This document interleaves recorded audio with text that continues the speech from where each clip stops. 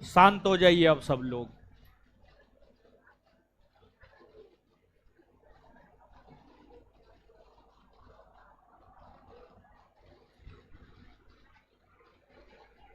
चलिए आ जाइए अब, शांत हो जाइए, हीरो सब शांत होइए, अब बात करना बंद कीजिए सब लोग।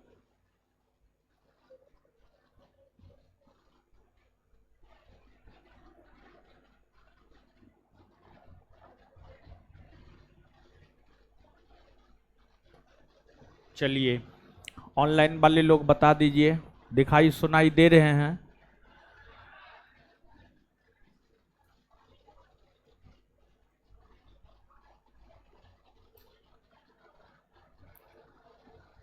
सब चीज ठीक है?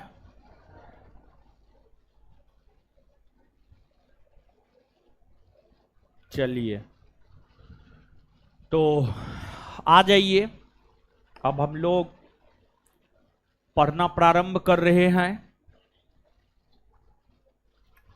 ऑनलाइन सब चीज चल रहा है, जिनका नहीं चल रहा बैक होकर के फिर से आइए, आपका चलना प्रारंभ हो जाएगा। समझे? तो कल के सेशन में अगर देखा जाए तो 1919 के भारत शासन अधिनियम को बताना हम प्रारंभ किए थे, और उसमें थोड़ा बहुत बात हम आपको बताए भी थे। 1919 के भारत शासन अधिनियम के विषय में थोड़ा बहुत बात जो है हम आपको बताए भी थे। तो कल के सेशन में जो पढ़ाए हैं या अभी तक पॉलिटी में जो पढ़ाए हैं उससे संबंधित 2 4 5 प्रश्न हम आपसे पूछ रहे हैं, और जिनसे प्रश्न पूछेंगे जवाब जो है वही दीजिएगा, और फिर हम लोग आगे बढ़ेंगे। तो है लड़की खड़ी हुई है तो हाँ बताइए, भारत में सांप्रदायिक निर्वाचन का जनक किसे माना जाता है? हाँ? Lord Minto. ठीक है, बैठ जाइए, आगे बताइएगा। है लड़की है खड़ी हुई है तो आप बताइएगा,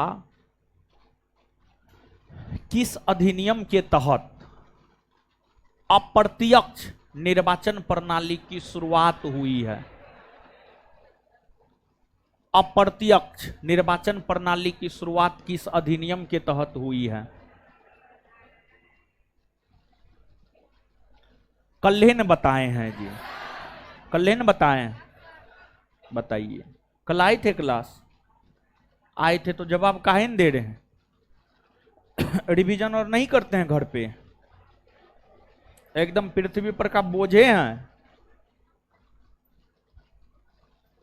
कि परमात्मा ने आपको भेजा है?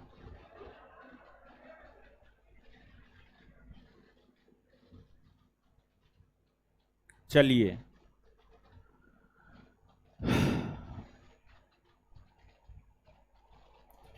कल के क्लास का पढ़ाया हुआ बैठने के लिए बोले हैं जी, एकदम संस्कारहीन है।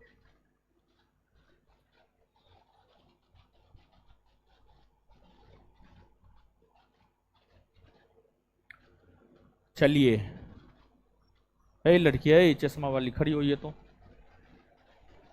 हाँ बताइए, अब किस अधिनियम के तहत वायसराय को अध्यादेश जारी करने का अधिकार मिला?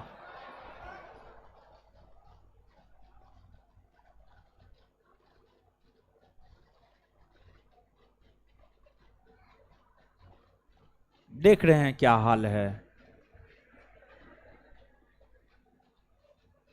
सब एकदम पृथ्वी पर का बोझ सब है।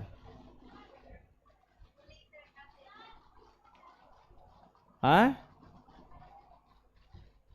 तभी से काहे न बोले थे, अब वैल्यू थोड़े होगा। अच्छा ठीक है, एक बार में जवाब दीजिए, board of controller, board of director को समाप्त किस अधिनियम के तहत किया गया है? आए? क्या बोल रहे हैं? 1858 बोली है। बैठ जाइए।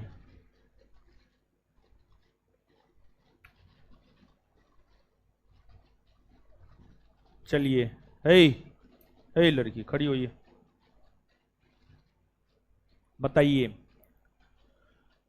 किस अधिनियम को भारत के शासन को बेहतर बनाने वाला अधिनियम कहा जाता है? 1909। बाहरे बहादुर, आपको तो रेमन मैग्सेसे से छोटा प्राइज मिलना ही नहीं चाहिए। कल आए थे क्लास? नहीं आए थे? कहां गए थे? बकरीद मनाने आए? क्लास रेगुलर नहीं करती हैं जी, वो बहाना है।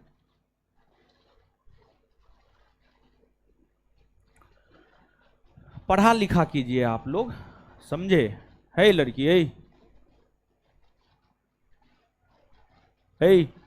खड़ा होइए, है लड़की, है खड़ी होइए।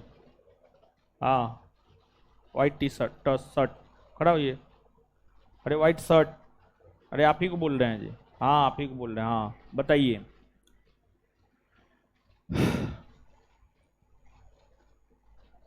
इधर इधर इधर इधर इधर। किस अधिनियम के तहत कंपनी को प्रशासनिक कंपनी बना दिया गया? क्या? जोर से बोलिए। 1812, 13, 58, तब क्या बोल रही है जी? 1861। और 61 बोल रही है। गलते हैं।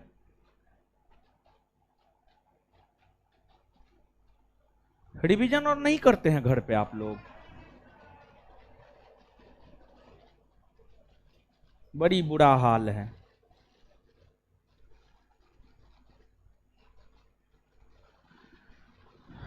हम थोड़ा पीटना क्या बंद किए, आप लोग तो पढ़ना ही भूल गए।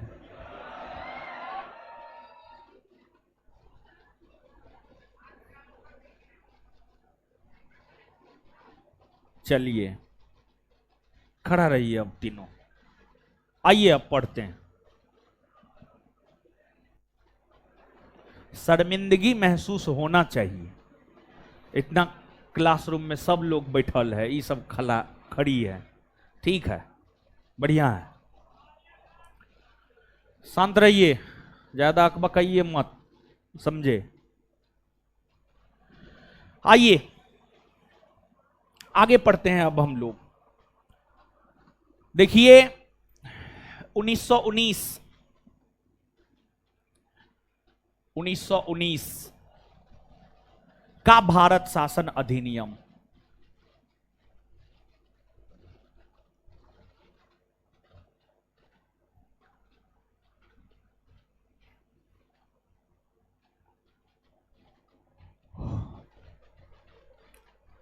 उन्नीस सौ 19 का भारत शासन अधिनियम। 1919 के भारत शासन अधिनियम के विषय में हम आपको बतला रहे थे।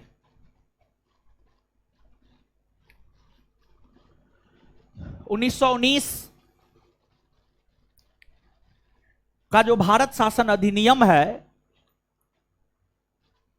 इसे हम लोग मॉन्टेग्यू चेम्सफोर्ड सुधार अधिनियम भी कहते हैं। यह अधिनियम पारित 1919 ईस्वी में हो गया था, लेकिन यह अधिनियम लागू 1921 ईस्वी में हुआ था। यह अधिनियम लागू 1921 ईस्वी में हुआ था। इस अधिनियम की कई सारी विशेषताएं हैं, जिसमें से कुछ विशेषताओं से हम आपको अवगत करवा चुके हैं। जैसे कि इस अधिनियम की अगर हम बात करें तो इस अधिनियम के तहत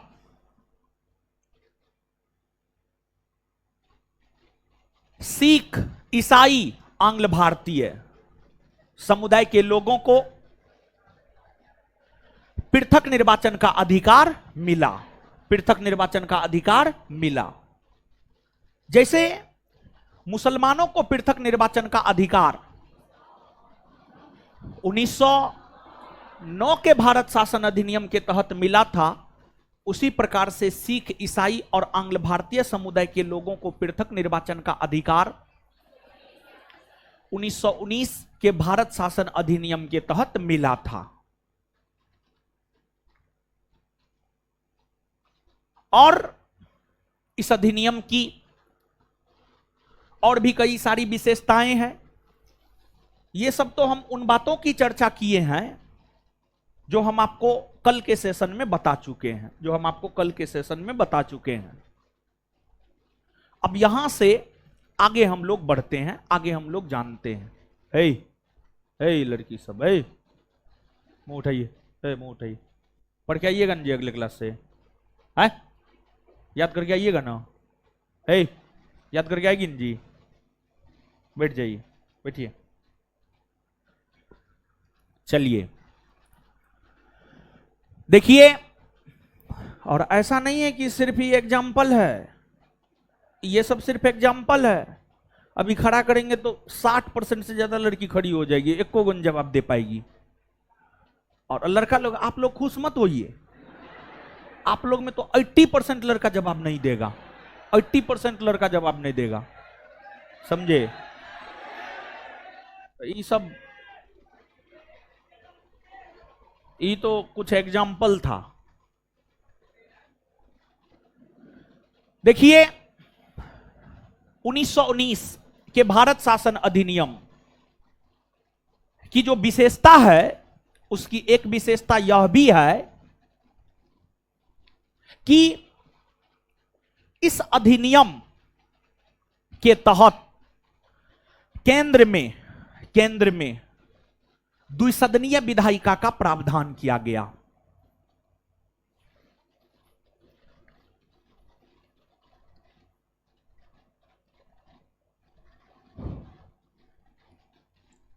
केंद्र में द्विसदनीय विधायिका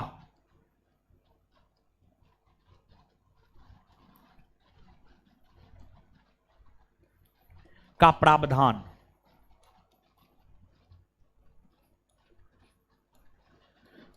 किया गया। इस अधिनियम के तहत केंद्र में द्विसदनीय विधायिका का प्रावधान किया गया। इसका क्या मतलब है? इसका मतलब क्या है, इसको आप समझिए। अभी देखिए, भारत में केंद्रीय स्तर पर संसद का 2 सदन देखने को मिलेगा, एक आपको लोकसभा और एक आपको राज्यसभा। फिर आपको अगर राज्य की बात करें तो राज्य स्तर पर भी 2 सदन देखने को मिलेगा, एक आपको विधानसभा और एक आपको विधान परिषद, एक आपको विधानसभा और एक आपको विधान परिषद। तो वर्तमान में जो केंद्र में 2 सदनों वाली विधायिका मिलती है, देखिए विधायिका का मतलब क्या होता है जानते हैं? विधायिका का मतलब होता है, विधायिका का अर्थ होता है विधि का निर्माण करने वाली संस्था। विधायिका का अर्थ होता है विधि का निर्माण करने वाली संस्था। विधि यानी कानून का निर्माण करने वाली संस्था, और कानून का निर्माण करने वाली संस्था संसद है। और संसद के अंतर्गत राष्ट्रपति आते हैं, लोकसभा आता है और राज्यसभा आता है। संसद के अंतर्गत राष्ट्रपति आते हैं, लोकसभा आता है, राज्यसभा आता है। तो ये जो लोकसभा और राज्यसभा है, ये 2 सदनों वाली विधायिका है, ये 2 सदनों वाली विधायिका है। तो वर्तमान में जो केंद्र में 2 सदनों वाली विधायिका देखने को मिलता है, इसको लेकर प्रावधान पहली बार 1919 के भारत शासन अधिनियम में किया गया था और कहा गया था कि केंद्र में 2 सदनों वाली विधायिका का गठन किया जाएगा। केंद्र में 2 सदनों वाली विधायिका का गठन किया जाएगा और केंद्र में जो 2 सदनों वाली विधायिका के गठन को लेकर प्रावधान किया गया था, उसमें यह कहा गया था कि एक होगा केंद्रीय विधानसभा, एक होगा केंद्रीय विधानसभा, और दूसरा की अगर हम बात करें तो दूसरा होगा आपको राज्य परिषद, दूसरा होगा आपको राज्य परिषद, दूसरा होगा आपको राज्य परिषद, दूसरा राज्य परिषद होगा। तो जो 2 सदनों वाली विधायिका का प्रावधान किया गया, उसके अंतर्गत एक केंद्रीय विधानसभा को लेकर प्रावधान किए गए और दूसरा राज्य परिषद को लेकर प्रावधान किया गया। केंद्रीय विधानसभा यह आपको निम्न सदन हुआ करता था, यह आपको निम्न सदन हुआ करता था, और राज्य परिषद की हम बात करें तो यह आपको उच्च सदन हुआ करता था। राज्य परिषद की अगर हम बात करें तो यह आपको उच्च सदन हुआ करता था।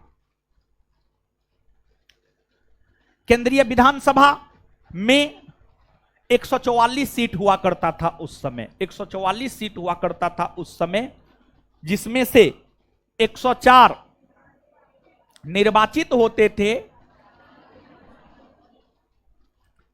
और 40 सदस्य मनोनीत होते थे, 40 सदस्य मनोनीत होते थे। और जो केंद्रीय विधानसभा के सदस्य होते थे उनका कार्यकाल 3 वर्षों का होता था। जो केंद्रीय विधानसभा के सदस्य होते थे उनका कार्यकाल 3 वर्षों का होता था, 3 वर्षों का, 3 वर्षों का उनका कार्यकाल होता था। वही जो राज्य परिषद है जिसे उच्च सदन कहा जाता था, इसमें सदस्यों की संख्या 60 हुआ करती थी, 60 हुआ करती थी, जिसमें से 34 सदस्य निर्वाचित होते थे और 26 सदस्य मनोनीत होते थे, और 26 सदस्य मनोनीत होते थे। और राज्य परिषद के सदस्यों का जो कार्यकाल हुआ करता था, राज्य परिषद के सदस्यों का कार्यकाल 5 वर्षों का हुआ करता था, 5 वर्षों का। राज्य परिषद के सदस्यों का कार्यकाल 5 वर्षों का हुआ करता था। ये तमाम प्रावधान किए गए और आगे चलकर यही केंद्रीय विधानसभा लोकसभा कहलाया। आगे चलकर यही केंद्रीय विधानसभा लोकसभा कहलाया और आगे चलकर यही राज्य परिषद, आगे चलकर यही राज्य परिषद राज्यसभा कहलाया। क्या कहलाया? राज्यसभा। तो आगे चलकर यही केंद्रीय विधानसभा लोकसभा कहलाया और आगे चलकर यही राज्य परिषद राज्यसभा कहलाया। और वर्तमान में राज्यसभा में सदस्यों की संख्या 245 है और राज्यसभा के सदस्यों का कार्यकाल 6 वर्षों का होता है और वर्तमान में लोकसभा में सदस्यों की संख्या 543 है और लोकसभा के सदस्यों का कार्यकाल 5 वर्षों का होता है, 5 वर्षों का होता है। बात समझे? तो रेड टी शर्ट खड़ा हो जाइए। तो हाँ, खड़ा होइए आप। हाँ, बताइए।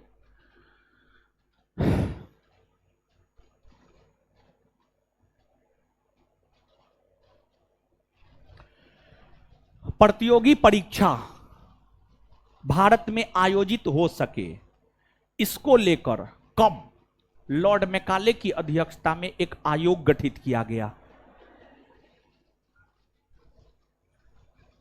1835 34 1834।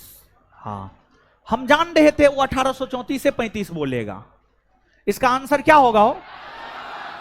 1854। 1800 कैसे आप पे कृपा आएगा बताइए ना। आप तिरछी निगाह से लड़की को देखते रहते हैं। देखना है तो खुल्लम खुल्ला देखिए। हम इधर बता रहे हैं, आई जो ऐसे करके देख रहा है। अब बोलिए, बगल में बैठा देते हैं दो चार गो को। कभी नहीं देखे हैं लड़की, नहीं तारे हैं लड़की, कभी नहीं। पढ़ने पर ध्यान नहीं है। चलिए आगे आ जाइए। अब तो है, शांति, शांत हो जाइए। आपको केंद्र में द्विसदनीय विधायिका का प्रावधान, केंद्र में द्विसदनीय विधायिका का प्रावधान 1919 के भारत शासन अधिनियम के तहत ही किए गए। और केंद्र में जो द्विसदनीय विधायिका का प्रावधान किया गया, वो 2 सदनों वाली विधायिका में हमने आपको बताया केंद्रीय विधानसभा, राज्य परिषद, फिर किस सदन में कितने सदस्य निर्धारित किए गए, कितने निर्वाचित हो रहे थे, कितने मनोनीत हो रहे थे, हर प्रकार की बात हमने आपको बतलाया। इसके बाद इस अधिनियम की और भी कई सारी विशेषताएं हैं। इस अधिनियम के तहत प्रांतों में द्वैध शासन, प्रांतों में द्वैध शासन को लागू किया गया, प्रांतों में द्वैध शासन को लागू किया गया, प्रांतों में द्वैध शासन को लागू किया गया। प्रांतों में द्वैध शासन को लागू किया गया। कई बार हम आपको द्वैध शासन क्या है एग्जाम्पल देकर के बताए हैं, नहीं बताए? एकदम हम आपको बताएं। और एक पुस्तक है डायरकी, एक पुस्तक है डायरकी, और जो डायरकी नामक पुस्तक है,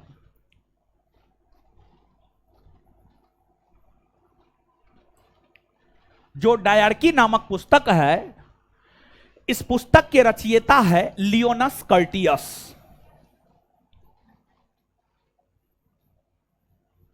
लियोनस कर्टियस।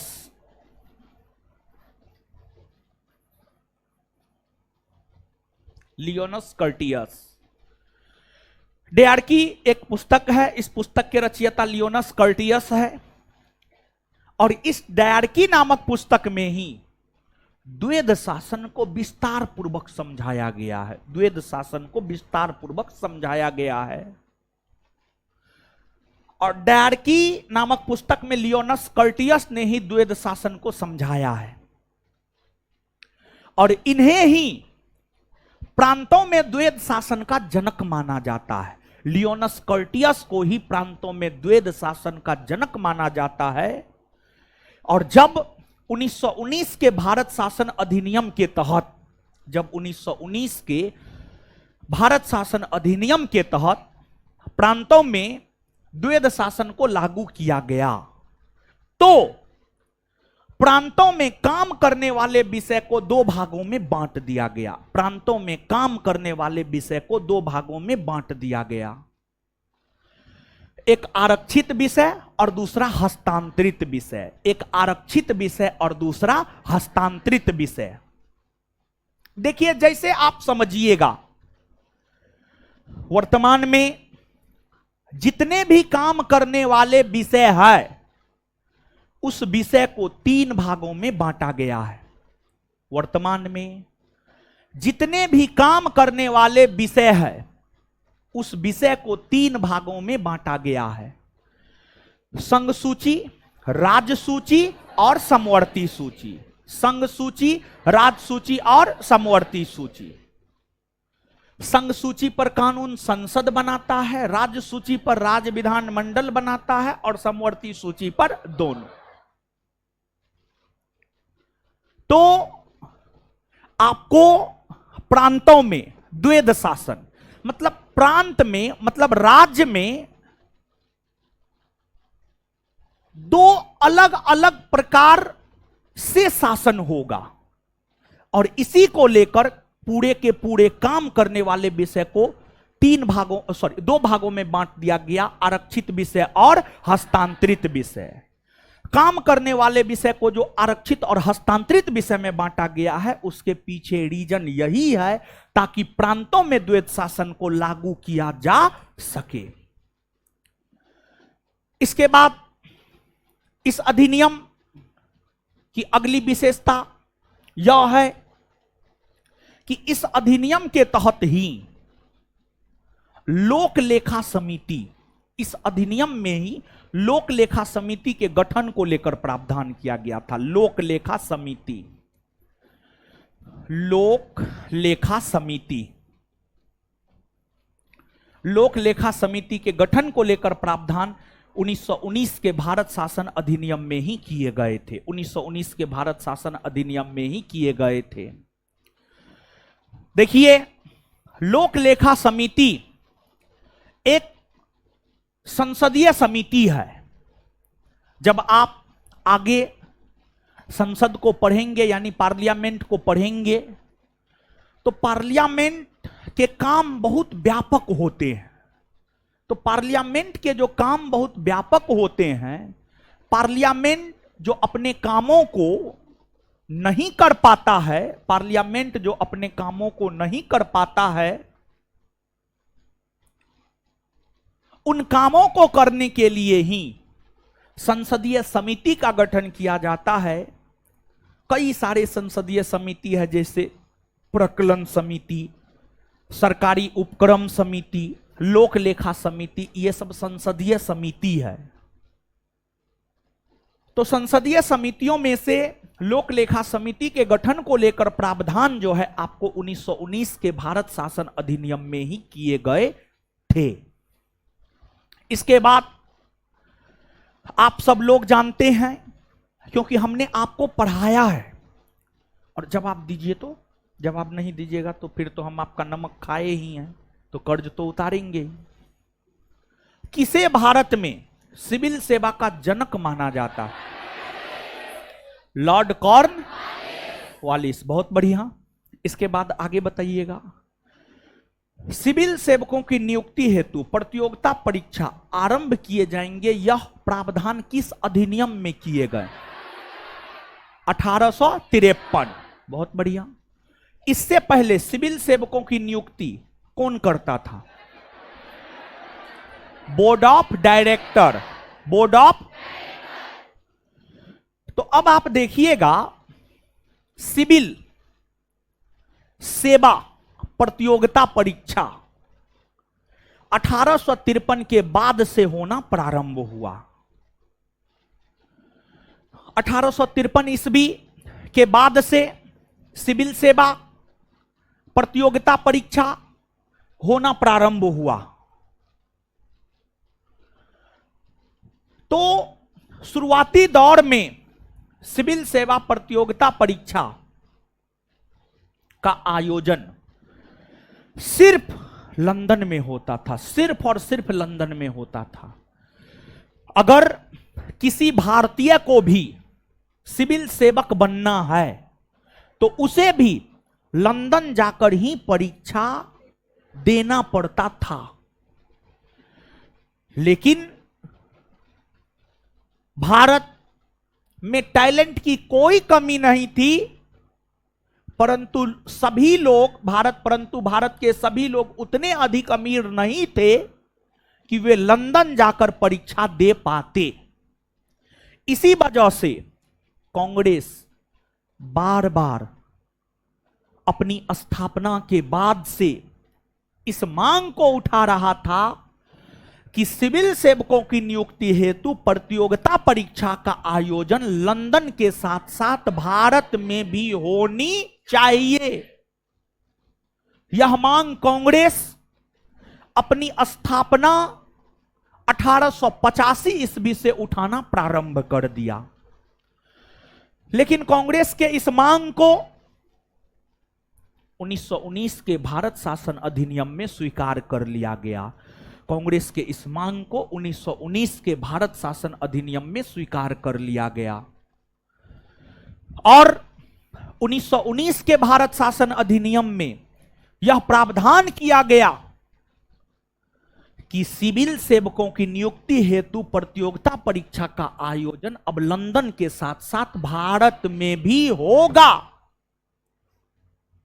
सिविल सेवकों की नियुक्ति हेतु प्रतियोगिता परीक्षा का आयोजन अब लंदन के साथ साथ भारत में भी होगा। इस बात को स्वीकार 1919 के भारत शासन अधिनियम में किया गया है और पहली बार 1922 ईस्वी में लंदन के साथ साथ भारत में भी सिविल सेवकों की नियुक्ति हेतु प्रतियोगिता परीक्षा का आयोजन हुआ पहली बार 1922 में लंदन के साथ साथ भारत के इलाहाबाद में भी प्रतियोगिता परीक्षा का आयोजन हुआ। अब पहली बार तो हो गया, अब भारत में सिविल सेवकों की नियुक्ति हेतु प्रतियोगिता परीक्षा का आयोजन लगातार होता रहे, इस पर विचार विमर्श करने को लेकर ली कमीशन आयोग का गठन किया गया। इसी पर विचार विमर्श करने को लेकर ली कमीशन आयोग का गठन किया गया और ली कमीशन आयोग के सिफारिश पर ही भारत में सिविल सेवा प्रतियोगिता परीक्षा आयोजित करने को लेकर 1926 ईस्वी में एक लोक सेवा आयोग का गठन किया गया। 1926 ईस्वी में एक लोक सेवा आयोग का गठन किया गया।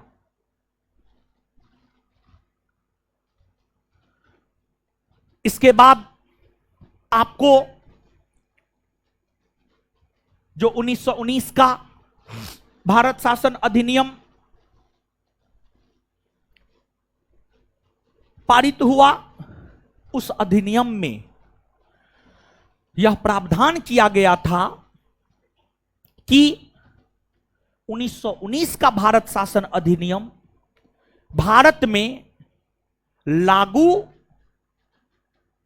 हुए हैं या नहीं हुए हैं,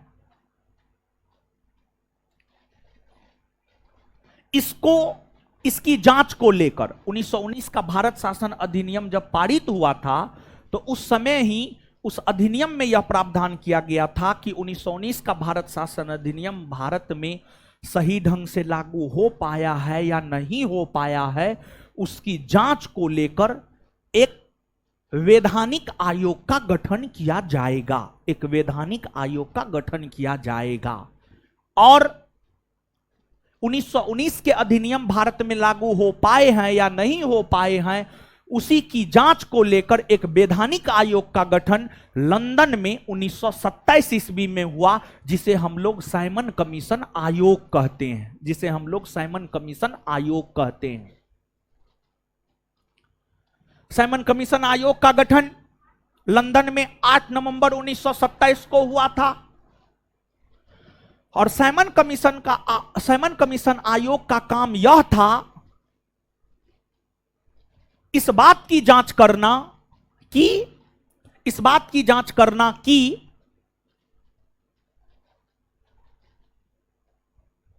1919 का भारत शासन अधिनियम भारत में लागू हुआ है या लागू नहीं हुआ है। साइमन कमीशन आयोग में 7 सदस्य थे, सातों के सातों अंग्रेज थे, जिस वजह से जब साइमन कमीशन आयोग का भारत आगमन 3 फरवरी 1928 को हुआ तो भारतीयों ने साइमन गो बैक का नारा लगाया, लेकिन इसके बावजूद साइमन कमीशन आयोग काम किया और साइमन कमीशन आयोग अपनी रिपोर्ट 1930 में दिया और साइमन कमीशन आयोग के रिपोर्ट पर विचार विमर्श करने के लिए ही लंदन में 3 गोलमेज सम्मेलन हुए, जिसमें प्रथम गोलमेज सम्मेलन 1930, द्वितीय गोलमेज सम्मेलन 1931 और तृतीय गोलमेज सम्मेलन 1932 में हुए और इन 3 गोलमेज सम्मेलन के परिणाम स्वरूप ही जाकर भारत शासन अधिनियम 1935 बनकर तैयार हुआ। तो इसके बाद ब्रिटिश संसद द्वारा पारित किया गया जो अगला अधिनियम है, वह अधिनियम है आपको भारत शासन अधिनियम 1935। भारत शासन अधिनियम 1935। आगे हम आपके साथ भारत शासन अधिनियम 1935 की ही चर्चा करने जा रहे हैं। भारत शासन अधिनियम 1935 की चर्चा जो है आगे हम आपके साथ करने जा रहे हैं, तो अब आप ध्यान से सुनिएगा।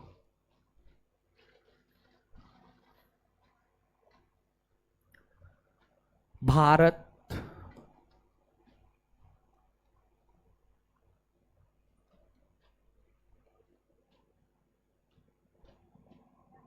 शासन अधिनियम 1935, भारत शासन अधिनियम 1935। देखिए, इसको बताएंगे, लेकिन उससे पहले आप 1919 के भारत शासन अधिनियम को पढ़िए, तो पढ़िए जल्दी। है ऑनलाइन वाले लोग, आप लोग भी पढ़िए। 1919 के भारत शासन अधिनियम को पढ़िए।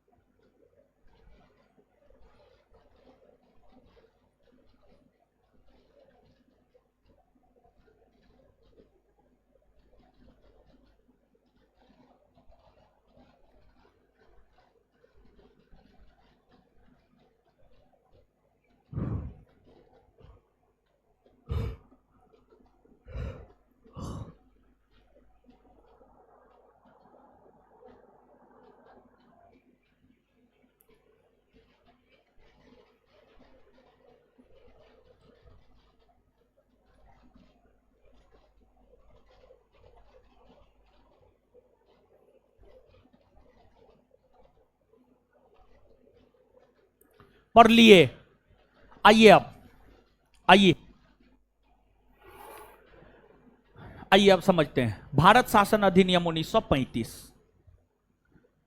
आइए अब बोर्ड पे, आए हीरो सब, आइए मुंह उठाइए अब, आइए इधर देखिए। भारत शासन अधिनियम 1935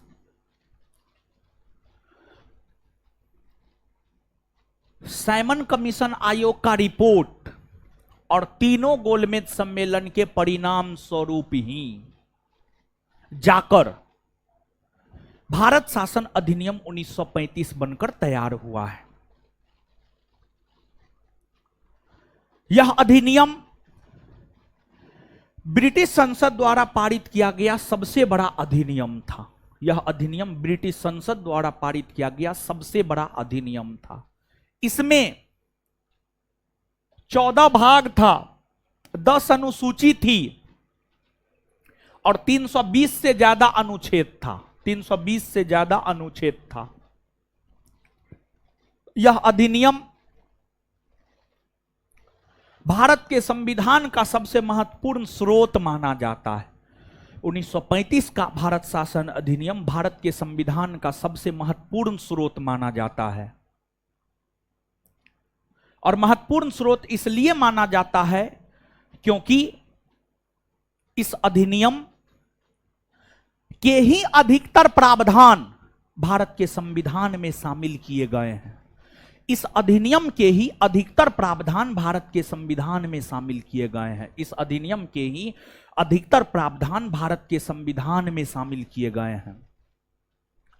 और यही वजह है कि इस अधिनियम को भारत के संविधान का सबसे महत्वपूर्ण स्रोत माना जाता है। और जब यह अधिनियम पारित हुआ था तो उस समय ब्रिटेन के प्रधानमंत्री हुआ करते थे, उनका नाम था स्टैनले बाल्डविन।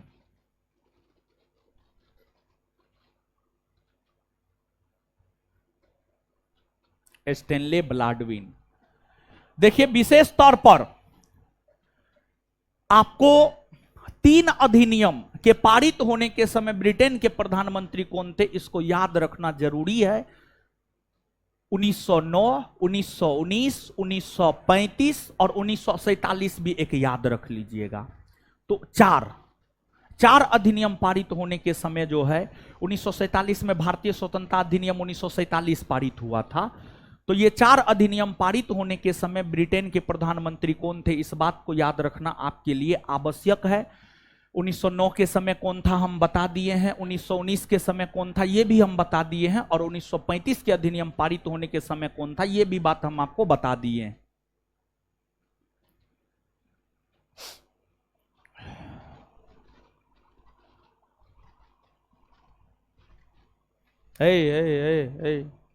उसको दिखाइए। हाँ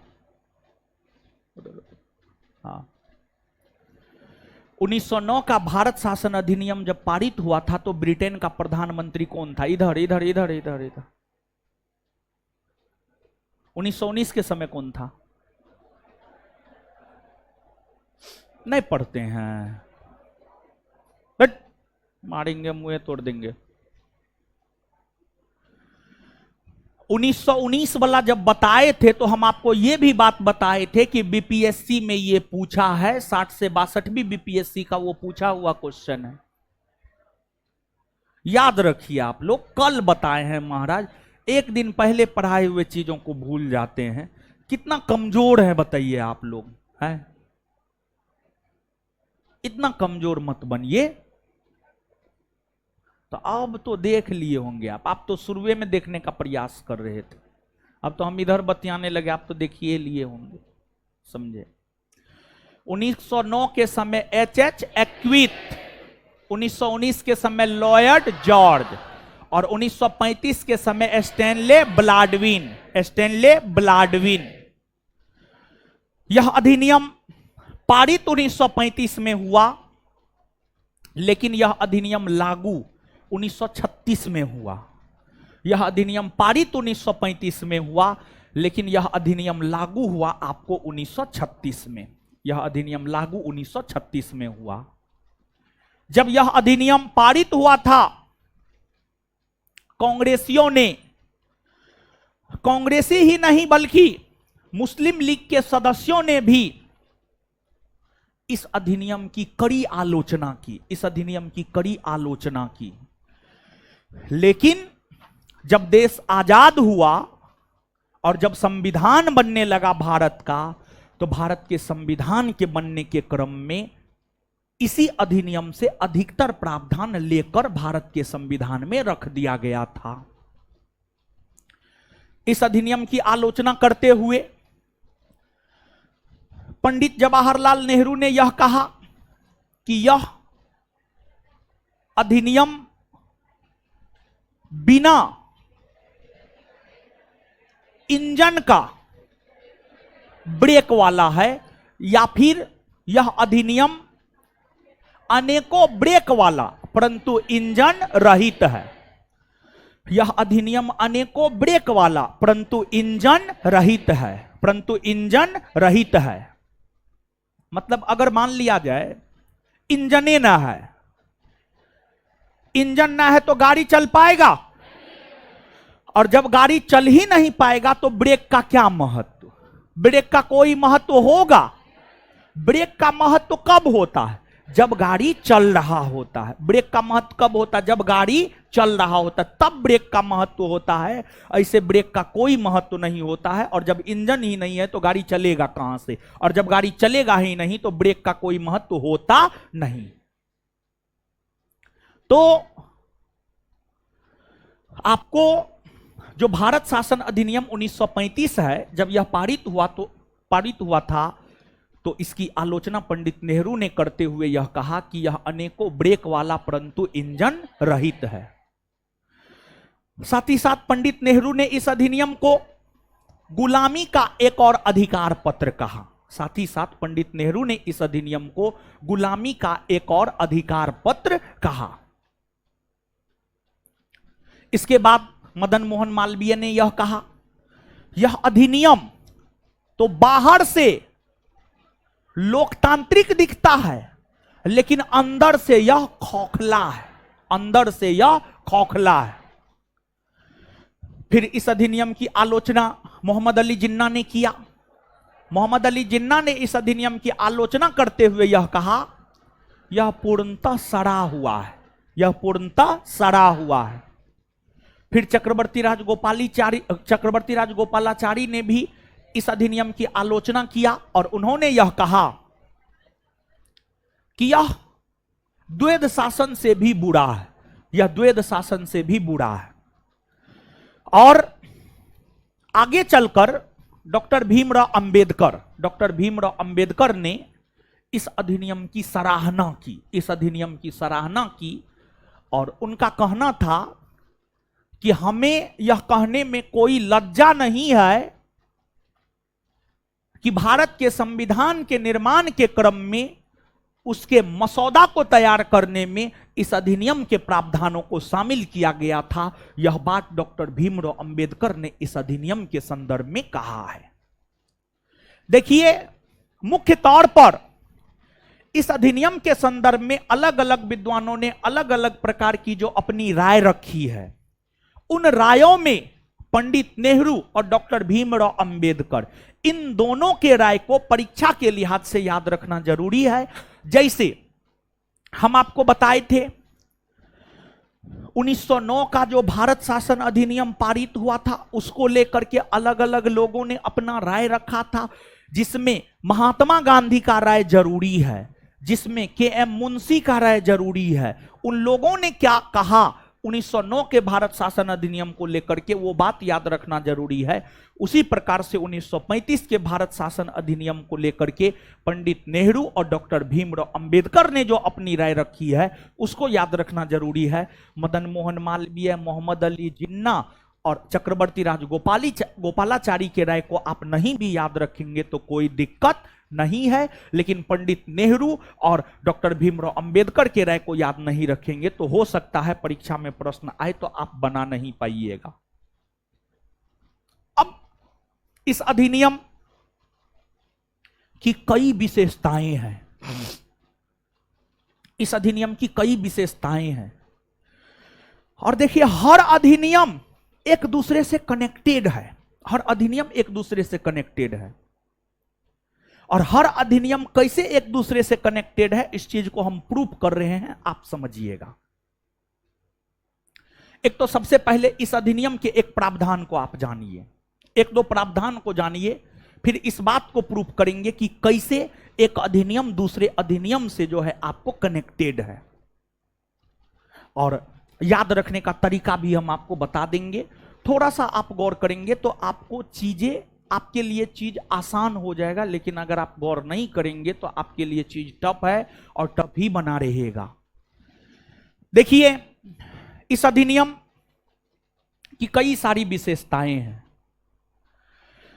इस अधिनियम की जो कई सारी विशेषताएं हैं, उसमें इस अधिनियम की पहली विशेषता यह है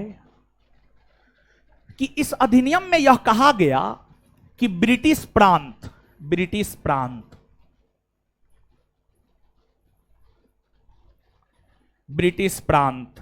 और देसी रियासत को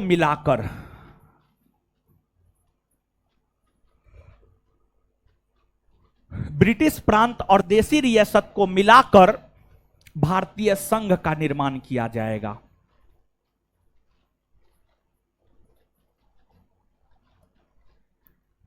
ब्रिटिश प्रांत और देसी रियासत को मिलाकर भारतीय संघ का निर्माण किया जाएगा।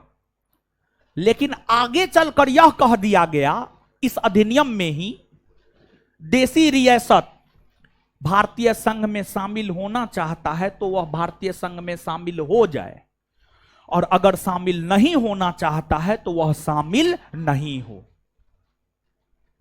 तो देसी रियासत को जब यह अधिकार दिया गया कि वो शामिल होना चाहता है भारतीय संघ में तो शामिल हो जाए, और अगर नहीं होना चाहता है तो वह संघ में शामिल नहीं हो। तो देसी रियासत को जब यह अधिकार मिल गया तो देसी रियासत ने भारतीय संघ में शामिल होने से मना कर दिया, और जब देसी रियासत ने भारतीय संघ में शामिल होने से मना कर दिया तो भारतीय संघ अस्तित्व में आ नहीं पाया। देसी रियासत जब भारतीय संघ में शामिल होने से मना कर दिया तो फिर भारतीय संघ अस्तित्व में आ नहीं पाया, अब यहां पर ब्रिटिश प्रांत और देसी रियासत देखिए, जैसे आज भारत में दो प्रकार के क्षेत्र है, एक राज्य है और एक केंद्र शासित प्रदेश है। 1935-36 ईस्वी के समय भी भारत में दो प्रकार के क्षेत्र हुआ करते थे, और 1935-36 ईस्वी के समय भारत में जो दो प्रकार के क्षेत्र हुआ करते थे, एक ब्रिटिश प्रांत था और दूसरा देसी रियासत था। ब्रिटिश प्रांत की अगर हम बात करें, वैसा क्षेत्र, वैसा भूभाग जहां अंग्रेजों का शासन था वही आपको ब्रिटिश प्रांत कहलाता था। वैसा भूभाग जहां अंग्रेजों का शासन था वही आपको ब्रिटिश प्रांत कहलाता था, जैसे बिहार, बंगाल, ओडिशा, ये सब ब्रिटिश प्रांत था। फिर देसी रियासत, उस समय भारत का वैसा भूभाग जहां राजा महाराजाओं का शासन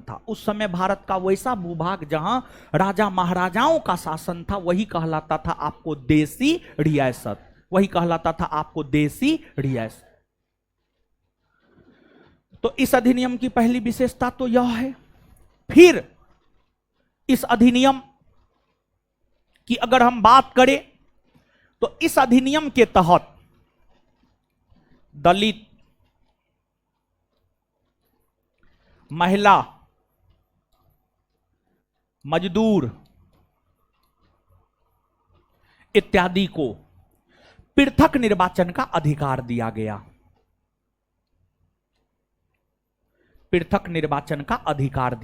इस अधिनियम के तहत दलित, महिला, मजदूर को पृथक निर्वाचन का अधिकार दिया गया।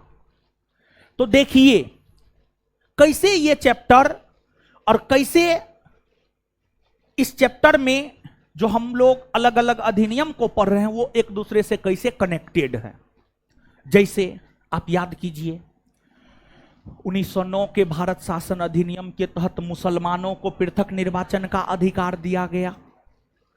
1919 के भारत शासन अधिनियम के तहत सिख, ईसाई, आंग्ल भारतीय को पृथक निर्वाचन का अधिकार दिया गया। और 1935 के भारत शासन अधिनियम के तहत दलित, महिला, मजदूर को पृथक निर्वाचन का अधिकार दिया गया। चीजों को एक दूसरे से कनेक्ट करके आप याद रख सकते हैं। जैसे एक और एग्जांपल हम आपको दे रहे हैं, बजट पर बहस करने का अधिकार विधान परिषद के सदस्यों को 1892 के भारत परिषद अधिनियम के तहत मिला, और आगे चलकर के 1909 के भारत शासन अधिनियम के तहत बजट पर मतदान करने का अधिकार दे दिया गया। तो एक दूसरे से देख रहे हैं, कनेक्टेड ना है, एक दूसरे से एकदम कनेक्टेड है। तो चीजों को गौर से समझेंगे, उस पर थोड़ा सा विचार विमर्श करेंगे, तब जाकर के आपको एक दूसरे का कनेक्शन जो है आपको नजर आ पाएगा। इसके बाद देखिए चीज कैसे एक दूसरे से कनेक्टेड है, फिर से एक एग्जांपल हम आपको बता रहे हैं, आप चीजों को समझिएगा। देखिए अभी तुरंत हमने आपको बतलाया है कि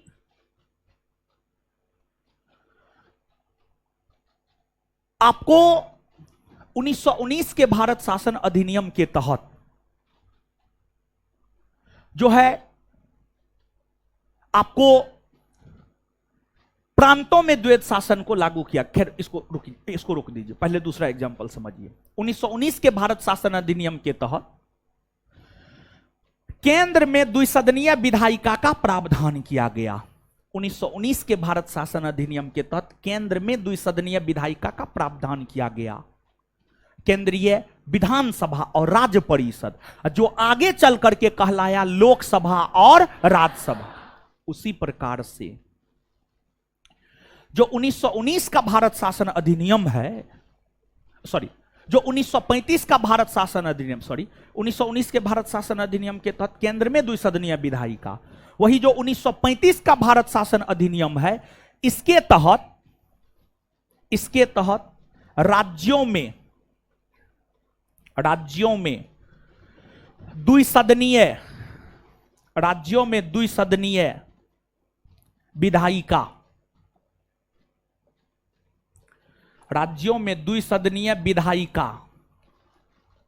को लेकर प्रावधान किए गए। राज्यों में द्विसदनीय विधायिका को लेकर प्रावधान किए गए। राज्यों में द्विसदनीय विधायिका को लेकर प्रावधान किया गया। राज्यों में द्विसदनीय विधायिका को लेकर प्रावधान किया गया। तो देख रहे हैं 1919 के तहत केंद्र में द्विसदनीय विधायिका और 1935 के तहत राज्यों में द्विसदनीय विधायिका। मतलब पहले जो प्रावधान किए गए आगे के अधिनियमों के तहत, उन प्रावधानों को ही विस्तारित रूप प्रदान किया गया। समझ रहे हैं? हाँ, ये चीज है। फिर आपको जो 1935 का भारत शासन अधिनियम है, इसके तहत प्रांतों से द्वैध शासन को समाप्त कर दिया गया। और प्रांतों से द्वैध शासन को समाप्त कर दिया गया।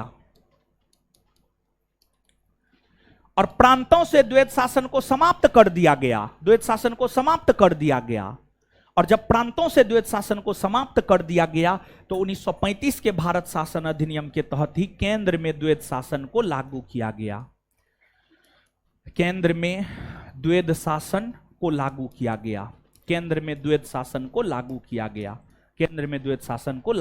गया।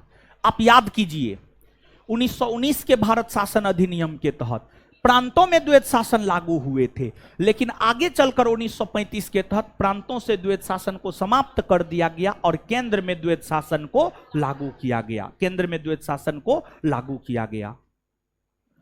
और फिर जब केंद्र में द्वैध शासन को लागू किया गया तो केंद्र के विषयों को भी हस्तांतरित और आरक्षित दो भागों में बांट दिया गया।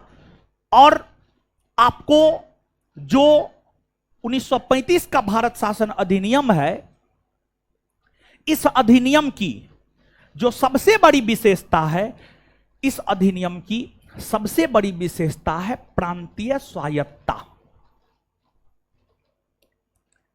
प्रांतीय स्वायत्तता इस अधिनियम की सबसे बड़ी विशेषता है। अब 1935 के भारत शासन अधिनियम की सबसे बड़ी विशेषता प्रांतीय स्वायत्तता है। प्रांतीय स्वायत्तता का मतलब क्या होता है? देखिए, आप स्वायत्तता को समझिए। सबसे पहले आप स्वायत्तता को समझिए और फिर प्रांत का मतलब तो राज्य होता है। स्वायत्तता को आप समझिए, लेकिन स्वायत्तता को समझने से पहले आप इस बात को समझिए। एक एग्जाम्पल समझिए। आप देखिए, विश्वविद्यालय, यूनिवर्सिटी एक स्वायत्त संस्था होती है। यूनिवर्सिटी एक स्वायत्त संस्था होती है। यह बात हम कह रहे हैं। इसका क्या मतलब है? यूनिवर्सिटी एक स्वायत्त संस्था होती है, इसका क्या मतलब है? देखिए, अगर सेंट्रल यूनिवर्सिटी है तो उस यूनिवर्सिटी पर बाह्य तौर पर शासन केंद्र सरकार का होता है। अगर सेंट्रल यूनिवर्सिटी नहीं है, अगर स्टेट यूनिवर्सिटी है, तो उस यूनिवर्सिटी पर बाह्य तौर पर अधिकार राज्य सरकार का होता है। जैसे पटना यूनिवर्सिटी सेंट्रल यूनिवर्सिटी है या स्टेट यूनिवर्सिटी? पटना यूनिवर्सिटी एक स्टेट यूनिवर्सिटी है। और हमारे मुख्यमंत्री नीतीश कुमार जी ने प्रधानमंत्री जी से गुहार लगाया है कि पटना यूनिवर्सिटी को सेंट्रल यूनिवर्सिटी का दर्जा दे दिया जाए, लेकिन दिया नहीं गया है। तो पटना यूनिवर्सिटी स्टेट यूनिवर्सिटी है, इस पर बाह्य तौर पर बिहार सरकार का अधिकार है। लेकिन यूनिवर्सिटी आंतरिक तौर पर काम करने के लिए स्वतंत्र है। पटना यूनिवर्सिटी एग्जाम कब कंडक्ट करवाएगा, वो पटना यूनिवर्सिटी डिसाइड करता है। कब रिजल्ट देगा, कब एडमिट कार्ड देगा, कब फॉर्म भराएगा, कब पीजी का फॉर्म भराएगा, कब पीएचडी का फॉर्म भराएगा, कब ग्रेजुएशन का फॉर्म भराएगा, सब कुछ डिसाइड पटना यूनिवर्सिटी अपने से करता है। बिहार सरकार यह डिसाइड नहीं करता है कि पटना यूनिवर्सिटी में एग्जाम कब होगा और कब पटना यूनिवर्सिटी में एडमिट कार्ड जारी होगा और कब रिजल्ट देगा। यह बिहार सरकार डिसाइड नहीं करता है, बल्कि यह डिसाइड करता है पटना यूनिवर्सिटी स्वयं। मतलब स्वायत्त संस्था की अगर हम बात करें तो स्वायत्त संस्था उस संस्था को कहा जाता है जो आंतरिक तौर पर काम करने के लिए स्वतंत्र है। स्वायत्त संस्था उस संस्था को कहा जाता है जो संस्था आंतरिक तौर पर काम करने के लिए स्वतंत्र है, लेकिन बाह्य तौर पर उस पर सरकार का अधिकार हो। वही आपको स्वायत्त संस्था कहलाता है। जैसे यूनिवर्सिटी एक स्वायत्त संस्था है, पटना यूनिवर्सिटी एक स्वायत्त संस्था है, आंतरिक तौर पर वह काम करने के लिए स्वतंत्र है और बाह्य तौर पर उस पर अधिकार बिहार सरकार का है। तो आपको प्रांतों को स्वायत्तता दी गई, इसका मतलब क्या है?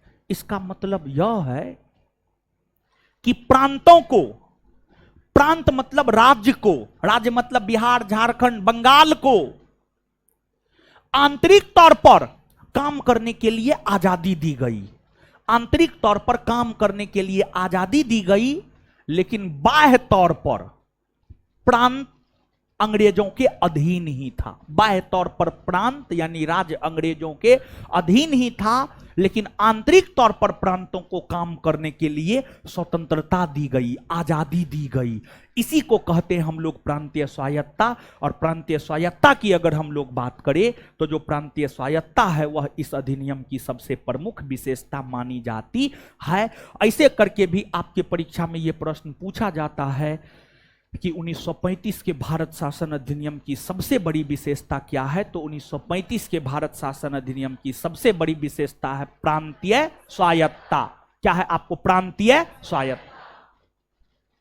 समझे हैं? आए? चलिए, अब इसके बाद आपको इस अधिनियम में यह प्रावधान किया गया कि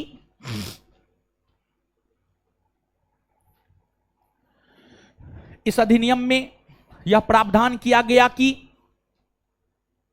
प्रांतों में विधानसभा के चुनाव होंगे। प्रांतों में विधानसभा के चुनाव होंगे।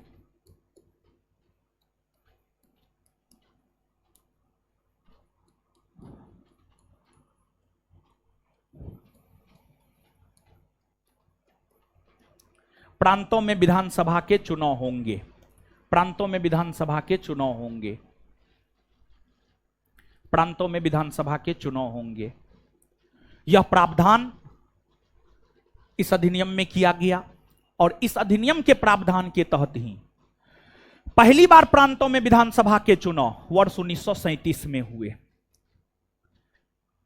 1935 के भारत शासन अधिनियम में जो यह प्रावधान किया गया कि प्रांतों में विधानसभा के चुनाव होंगे, उस प्रावधान के तहत ही पहली बार प्रांतों में विधानसभा के चुनाव 1937 में हुए और तब से लेकर आज तक प्रांतों में विधानसभा के चुनाव होते हुए आ रहे हैं।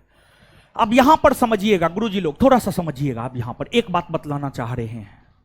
देखिए, आज के डेट में लोकसभा का चुनाव होता है, आम जनता पार्टिसिपेट करती है। प्रांतों में, राज्यों में विधानसभा का चुनाव होता है, आम जनता पार्टिसिपेट करती है, करती है। विधानसभा के चुनाव राज्य में होते हैं। जैसे अभी आपको 2025 में बिहार विधानसभा का चुनाव होना है, ठीक है। अभी 2024 में लोकसभा का चुनाव हुआ है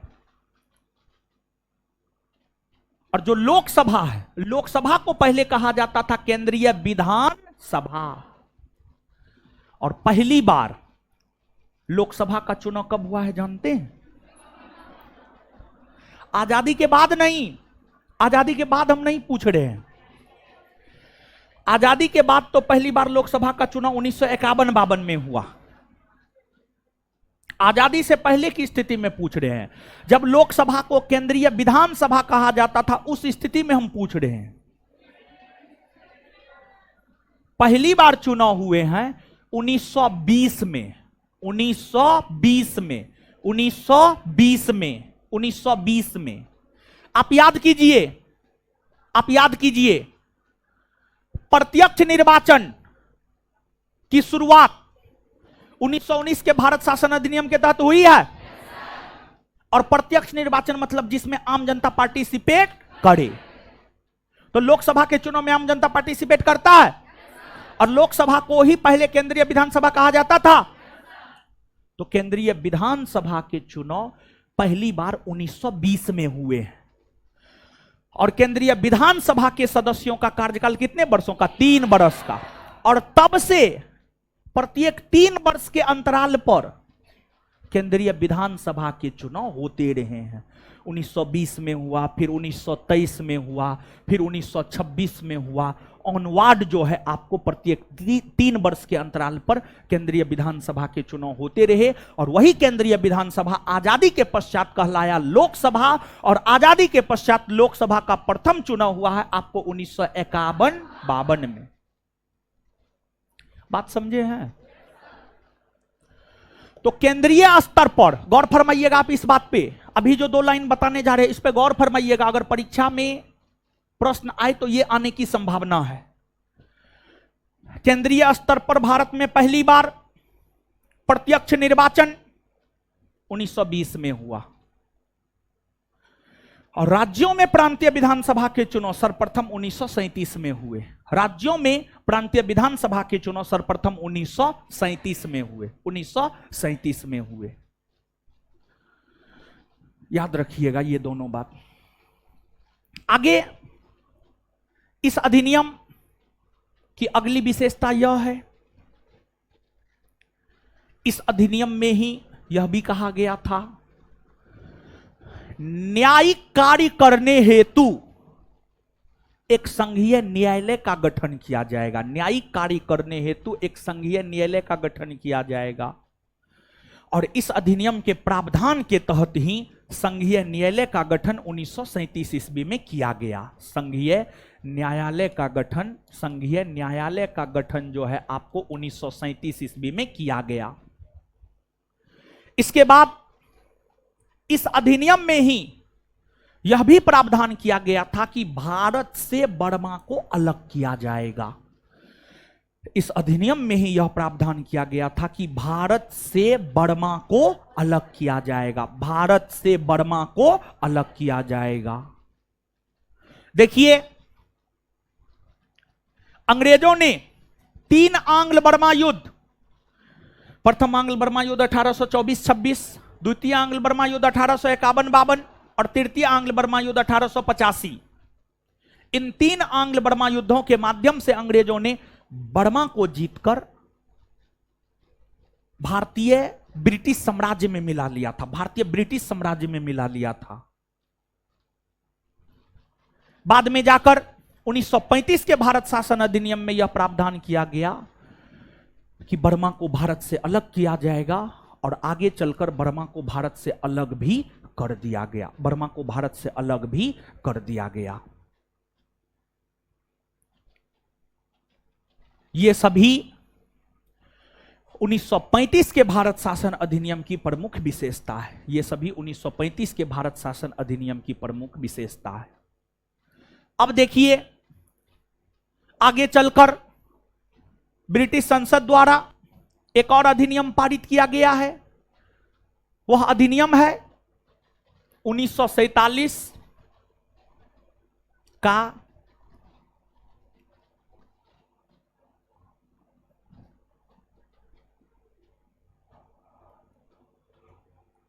भारतीय स्वतंत्रता अधिनियम। भारतीय स्वतंत्रता अधिनियम 1947 का भारतीय स्वतंत्रता अधिनियम, इसको हम लोग समझते हैं।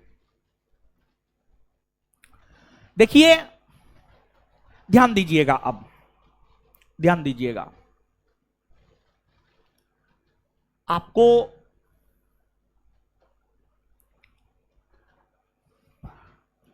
3 जून 1947 को भारतीय वायसराय लॉर्ड माउंटबेटन ने कांग्रेस और मुस्लिम लीग के समक्ष एक योजना प्रस्तुत किया, जिसे 3 जून की योजना या माउंटबेटन योजना कहा जाता है। जो 3 जून की योजना या माउंटबेटन योजना है, जो 3 जून की योजना या माउंटबेटन योजना है, उस माउंटबेटन योजना में यह प्रावधान किया गया था कि 15 अगस्त 1947 को भारत की सत्ता भारतीयों के हाथ में सौंप दी जाएगी और उससे ठीक एक दिन पहले भारत का विभाजन होगा और 2 नए अधिराज्य भारत और पाकिस्तान बनाए जाएंगे, 2 नए अधिराज्य भारत और पाकिस्तान बनाए जाएंगे। ये सभी प्रावधान माउंटबेटन योजना की थी। माउंटबेटन योजना को स्वीकृति प्रदान करने हेतु ही, माउंटबेटन योजना को स्वीकृति प्रदान करने हेतु ही भारतीय स्वतंत्रता अधिनियम 1947 लाया गया। माउंटबेटन योजना को स्वीकृति प्रदान करने हेतु ही, माउंटबेटन योजना को स्वीकृति प्रदान करने हेतु ही जो है आपको भारतीय स्वतंत्रता अधिनियम 1947 लाया गया। भारतीय स्वतंत्रता अधिनियम 1947 जब लाया गया था तो उस समय ब्रिटेन के प्रधानमंत्री हुआ करते थे, उनका नाम था क्लीमेंट एटली। क्लीमेंट एटली, क्लीमेंट एटली। और यह अधिनियम ब्रिटेन की संसद में 4 जुलाई 1947 को लाया गया। इसे ब्रिटेन की संसद ने स्वीकृति प्रदान 18 जुलाई 1947 को किया, 18 जुलाई 1947 को किया और यह अधिनियम लागू 15 अगस्त 1947 को हुआ। यह अधिनियम लागू 15 अगस्त 1947 को हुआ और इसी अधिनियम के तहत भारत को आजादी मिली, भारत का विभाजन हुआ, पाकिस्तान का निर्माण हुआ और इस अधिनियम में यह भी प्रावधान किया गया था कि भारत के वायसराय का पद समाप्त कर दिया जाएगा और दोनों देशों के लिए एक अलग अलग गवर्नर जनरल बनाए गए। और इस अधिनियम के प्रावधान के तहत ही भारत और पाकिस्तान दोनों देशों के लिए एक अलग अलग गवर्नर जनरल बनाए गए। स्वतंत्र भारत के प्रथम गवर्नर जनरल लॉर्ड माउंटबेटन और पाकिस्तान के प्रथम गवर्नर जनरल मोहम्मद अली जिन्ना को बनाया गया। इस अधिनियम में यह भी प्रावधान किया गया था कि जब तक भारत और पाकिस्तान दोनों नए अधिराज्यों में संविधान नहीं बन जाता है, तब तक दोनों देशों में 1935 के भारत शासन अधिनियम के तहत ही शासन प्रशासन चलाए जाएंगे। और जब तक संविधान भारत का नहीं बन गया था, तब तक 1947 से 1950 ईस्वी तक 1935 के भारत शासन अधिनियम के तहत ही भारत में शासन प्रशासन चलाए गए। और जब लॉर्ड माउंटबेटन भारतीयों के समक्ष माउंटबेटन योजना रख रहा था, तो उससे पहले माउंटबेटन ने भारत को छोटे छोटे कॉलोनियों में बांटने को लेकर प्रस्ताव पंडित नेहरू के समक्ष रखा, जिसे बाल्कन प्लान कहा गया। और इस बाल्कन प्लान को एग्जीक्यूट करने का काम लॉर्ड माउंटबेटन 1947 के भारतीय स्वतंत्रता अधिनियम के तहत करना चाहते थे, लेकिन पंडित नेहरू इस बात को समझ गए कि बाल्कन प्लान के जरिए लॉर्ड माउंटबेटन भारत को टुकड़ा टुकड़ा में बांटना चाहता है। और इसी वजह से पंडित नेहरू ने बाल्कन प्लान को मानने से इनकार कर दिया और फिर भारत टुकड़ा टुकड़ा में बचने से रह गया। यानी हम लोग यह बात कह सकते हैं कि बाल्कन प्लान भारत में लागू नहीं हुआ है, लेकिन बाल्कन प्लान का संबंध कहीं ना कहीं 1947 के भारतीय स्वतंत्रता अधिनियम के साथ रहा है, भारतीय स्वतंत्रता अधिनियम के साथ जो है आपको रहा है। और जब देश को आजादी मिली, आजादी से ठीक पहले हमारे देश को आजादी 15 अगस्त 1947 को मिली थी। हमारे देश भारत को आजादी अगर देखा जाए तो हमारे देश भारत को आजादी 15 अगस्त 1947 को मिली थी। लेकिन आजादी से पहले 1946 ईस्वी में केंद्रीय विधानसभा के चुनाव हुए थे। केंद्रीय विधानसभा के चुनाव हुए थे, गौर कीजिएगा आप इस बात पे। केंद्रीय विधानसभा के चुनाव हुए थे मतलब लोकसभा के चुनाव हुए थे। आजादी से पहले लोकसभा को केंद्रीय विधानसभा ही कहा जाता था। जो चुनाव पहली बार 1920 में हुआ, जो कि चुनाव प्रत्येक 3 वर्ष के अंतराल पर लगातार हो रहा था, उसमें आजादी से ठीक पहले केंद्रीय विधानसभा के चुनाव 1946 में हुए, जुलाई अगस्त 1946 में हुए। और जुलाई अगस्त 1946 में जो चुनाव हुए, उस चुनाव के बाद ही 2 सितंबर 1946 को अंतरिम सरकार का गठन किया गया। 2 सितंबर 1946 को अंतरिम सरकार का गठन किया गया। अंतरिम सरकार का गठन किया गया। अंतरिम सरकार में परिषद के उपाध्यक्ष, विदेशी मामला, राष्ट्रमंडल संबंधी मामला पंडित नेहरू को दिया गया। गृह विभाग सरदार पटेल को दिया गया। शिक्षा विभाग चक्रवर्ती राज गोपालाचारी को दिया गया। खाद्य एवं कृषि विभाग राजेंद्र प्रसाद को दिया गया। श्रम विभाग जगजीवन राम को दिया गया। वित्त विभाग लियाकत अली को दिया गया। तो अंतरिम सरकार में अलग अलग विभाग जो है अलग अलग मंत्रियों को दिया गया। लेकिन आगे चलकर जब हमारे देश को आजादी 15 अगस्त 1947 को मिली और भारत का विभाजन हो गया और पाकिस्तान बन गया, तो फिर से आजादी के बाद स्वतंत्र भारत के प्रथम मंत्रिमंडल का गठन किया गया।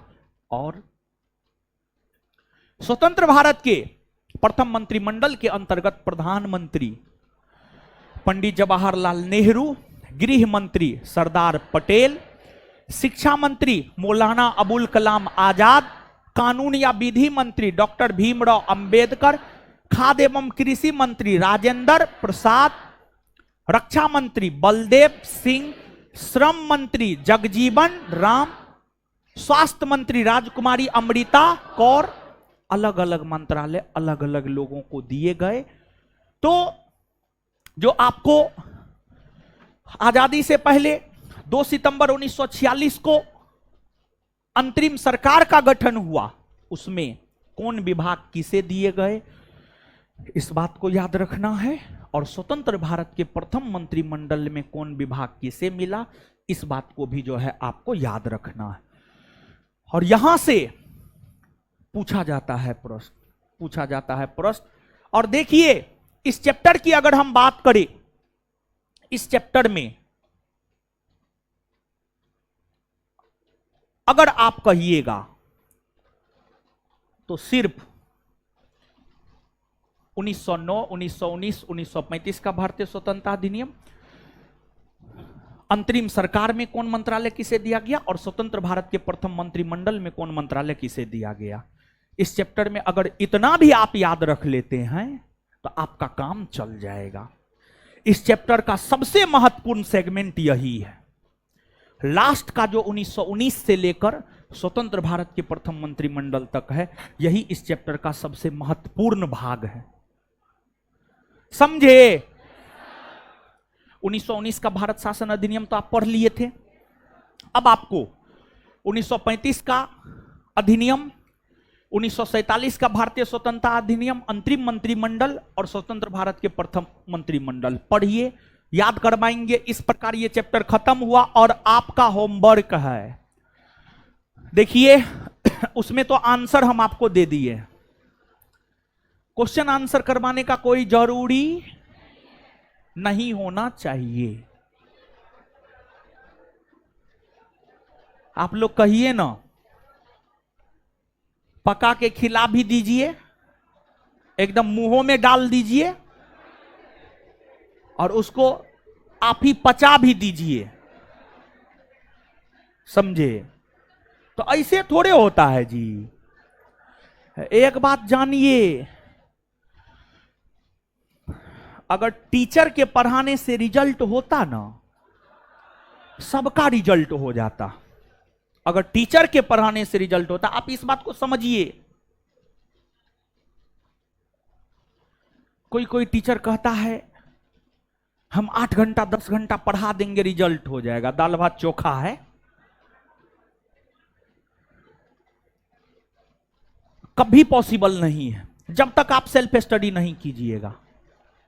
एक बात बताइए, आपको हम कितनों पढ़ा दें, आप सेल्फ स्टडी नहीं कीजिएगा, आपको याद ही नहीं रहेगा। परीक्षा में आपके बदले टीचर जाकर थोड़े परीक्षा देगा। परीक्षा कौन देगा? आप ना दीजिएगा। तो याद किसको होना चाहिए? आपको ना होना चाहिए याद। तो टीचर के पढ़ाने के साथ साथ जी तोड़ सेल्फ स्टडी करना होगा। और सीधा फॉर्मूला है, जितने घंटे का क्लास उसका सीधा 2 गुना सेल्फ स्टडी। अगर 4 घंटे का क्लास होता है तो 8 घंटा सेल्फ स्टडी कीजिए। जो टीचर कहता है 8 से 10 घंटा पढ़ा करके हम रिजल्ट दे देंगे, कभी पॉसिबल है ही नहीं, कभी नहीं पॉसिबल है।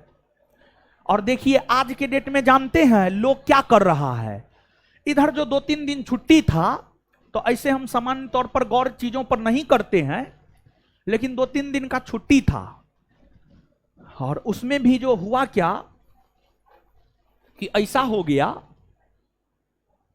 कि हम जिधर रहते हैं उधर लाइट जो है खराब हो गया था, 1 दिन के बाद आया। तो बड़ी कष्ट में जीवन गुजरा था। एक दिन इन्वर्टर था, 5-6 घंटा में बैठ गया। तो मोबाइल चलाए, मन भर करके रेलिंग पर बैठ करके मोबाइल चलाए, जो सही बात है।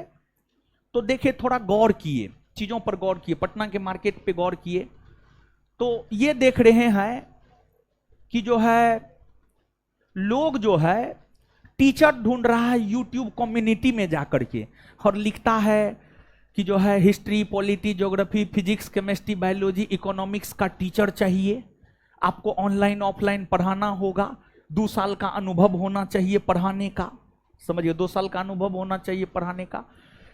मतलब टीचर जो है अपना से नहीं पढ़ाता है, मतलब टीचर ढूंढ ढूंढ ढूंढ ढूंढ करके ऐरा गैरा नत्थू फुत्थू चुत्थू किसी को भी ले लेता है, समझ गए, और कहेगा हम 200 रुपया में पढ़ा देंगे, 2100 रुपया में पढ़ा देंगे, 99 रुपया में पढ़ा देंगे, समझ गए। तो इस सब चक्कर में मत पड़िए, जीवन बर्बाद हो जाएगा, समझे। हमारा क्या है, हमारा तो जो है वो है, ये है रिजल्ट में हमेशा परचम लहराए हैं और इस बार भी रिजल्ट में परचम लहराएंगे। हमारा तो बैच बनता है, हमारा बैच बनबे करेगा, समझ गए।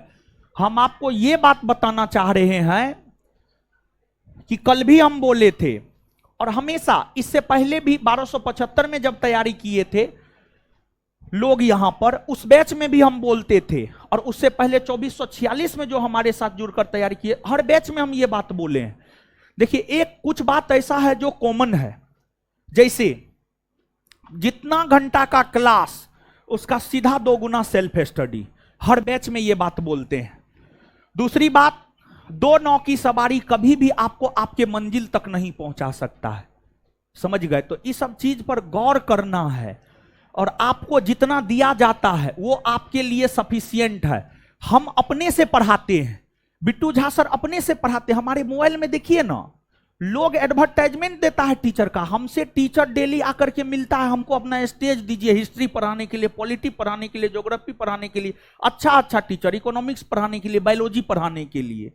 लेकिन हमको इसमें क्या लगता है कि पता नहीं, ऐसा तो नहीं कि विद्यार्थी हमारे और बिट्टू झा सर के नाम पे आएगा, हम दूसरे को घुसा देंगे तो विद्यार्थी को ठगने वाली बात तो हो जाएगी, बात ना हो जाए। तो इसी वजह से जो है, नहीं तो हम बैच देने के लिए बैच नहीं दे सकते हैं, बहुत बैच दे सकते हैं, समझ गए। हमारा अपना मानना है ईमानदारी से कमाना है, थोड़ा कम ही कमाएंगे, लेकिन जो है ईमानदारी से कमाएंगे, गाली वाला पैसा नहीं चाहिए। और आप देखिए, पूरे पटना के भीतर जितना भी संस्थान होगा उसमें सिलेक्शन का रेशियो देखिएगा तो सबसे टॉप पे आपका संस्थान आएगा, सबसे टॉप पे आपका संस्थान आएगा किसी भी परीक्षा में सिलेक्शन के मामला में, समझ गए। तो हम लोग जिम्मेदारी के साथ पढ़ाते हैं, बस यही वजह है कि आपको रिजल्ट होता है। और आपको तो हम यही कहेंगे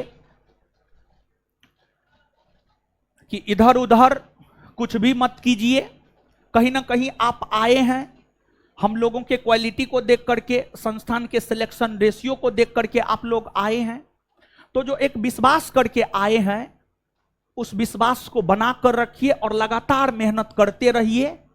और एक बात हमेशा ध्यान में रखिएगा, अगर टीचर के पढ़ाने से रिजल्ट होता तो सब विद्यार्थी का रिजल्ट हो जाता। टीचर के पढ़ाने के साथ साथ आपको सेल्फ स्टडी जम करके करना पड़ेगा, तब जाकर के आपका फाइनल रिजल्ट होगा, नहीं तो आपका फाइनल रिजल्ट नहीं होगा, समझे। और इन लोगों का मेरिट जो है बहुत जल्दी आ जाएगा, संभवतः हवा उड़ रहा है, 30 तारीख को मेरिट आ रहा है, जुलाई में तो मेरिट आ ही जाएगा।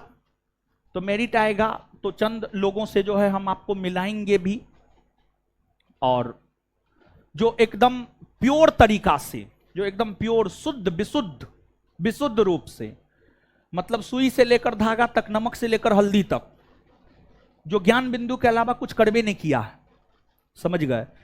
चाहे बैच हो चाहे टेस्ट हो, उस प्रकार के लोगों से मिलाएंगे। और मैक्सिमम तो वैसे लोग हैं, ऐसे जोड़ेंगे तो रिजल्ट तो बहुत हो जाएगा, समझ गए। तो इधर उधर नहीं करना है, आपको कंसंट्रेट होकर के एक चीज पे फोकस करना है। हमारे मटेरियल में क्या नहीं है, सब कुछ है। हमसे बेहतर मटेरियल कोई बना सकता है, हम अपने से मटेरियल बनाते हैं। बिट्टू झा अपने से मटेरियल बनाता है। देखिए, मटेरियल आने में क्यों समय लगता है। अगर हम अपने टीम से मटेरियल बनवाएं तो हम आपको सब मटेरियल एक साथ दे सकते हैं, लेकिन हम लोग अपने से मटेरियल बनाते हैं। और अपने से मटेरियल बनाते हैं तो स्वाभाविक सी बात है, सुबह 8 से रात में 8-9 बजे तक क्लास है, फिर टाइम मिलता है, छुट्टी मिलता है, उसमें जाकर के बैठ करके रविवार को बैठ करके मटेरियल बनाते। यही सब कारण है कि मटेरियल जो है थोड़ा आपको जल्दी जल्दी नहीं मिलता है, थोड़ा लेट करके जो है आपको मिलता है, और कोई खास बात ना है, समझे। हम लोगों का मटेरियल, आपके संस्थान का मटेरियल सबसे बेहतर है किसी भी वनडे परीक्षा के लिए। आप क्वेश्चन बैंक पलट के देखिए ना, क्वेश्चन बैंक से अनुमान लगेगा, समझ गए। चाहे बीपीएससी का क्वेश्चन बैंक हो, बिहार दरोगा का क्वेश्चन बैंक हो, बिहार पुलिस का क्वेश्चन बैंक हो, मिल जाएगा। चिंता काहे कर रहे हैं? ठीक है, अरे मिल जाएगा, मिल जाएगा, इस माह में मिल जाएगा। काम हम लोगों के तरफ से पूरा हो चुका है, अब उसको सजाने का भी काम संभवतः हो गया है, समझ गए। अब पूछे नहीं है, पब्लिकेशन में जो लोग हैं, सजाने का काम चल रहा था, हो जाना चाहिए। अब प्रिंटिंग का ही लास्ट स्टेज में है, अब आपको मिल जाएगा, आप भरोसा रखिए, समझे। तो पढ़िए, अब पढ़िए, जल्दी पढ़ लिए, पढ़िए पढ़िए।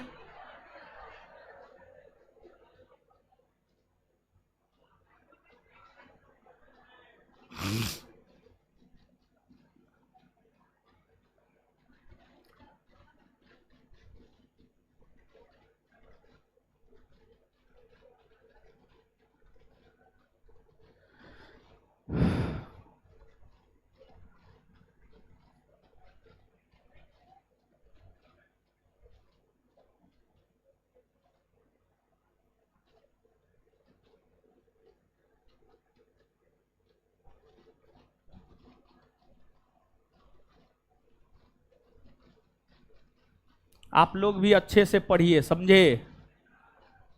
जैसे 1275 में बोले हुए थे, टॉप 20 में अगर संस्थान का लड़का आता है तो उसको बुलेट मिलेगा और लड़की को स्कूटी, समझे। लड़की भी बुलेट लेगी, चलाने होगा, गिरिए जाएगी बकलोल भी।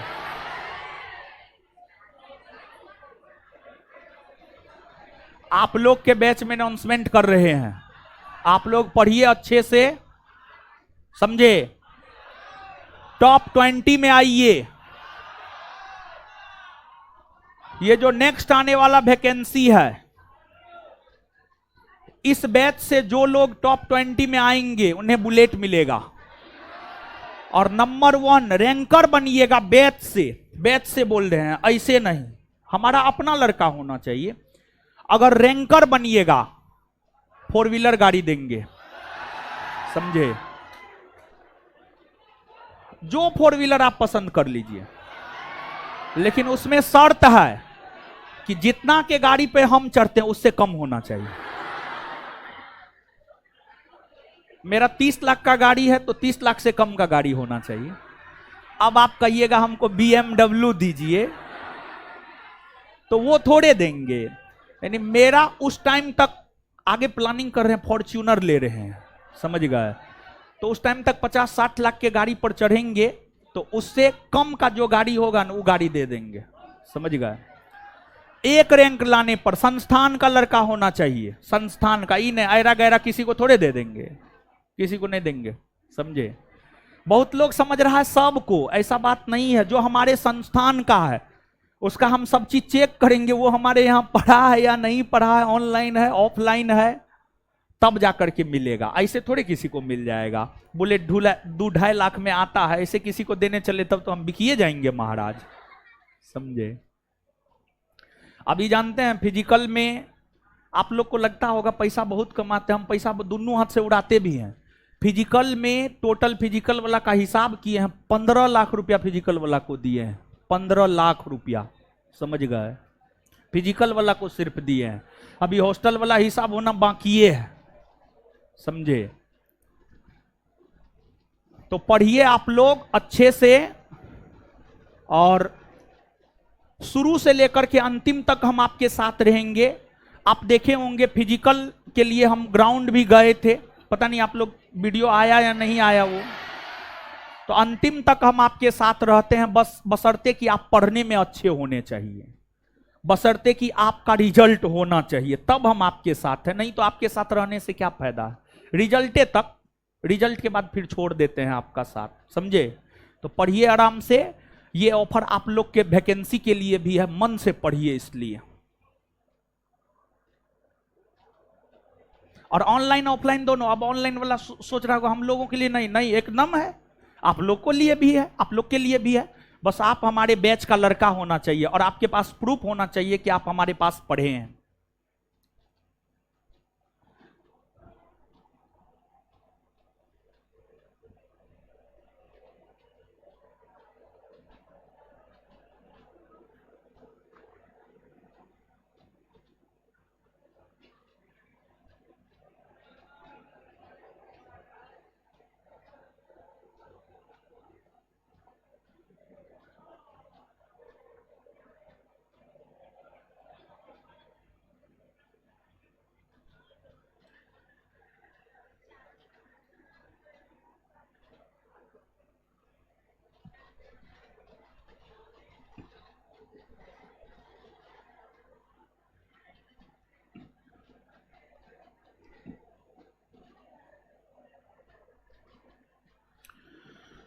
पढ़ लिए हो?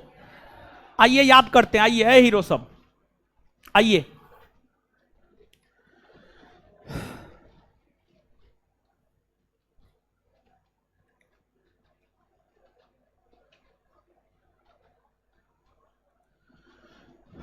बताइएगा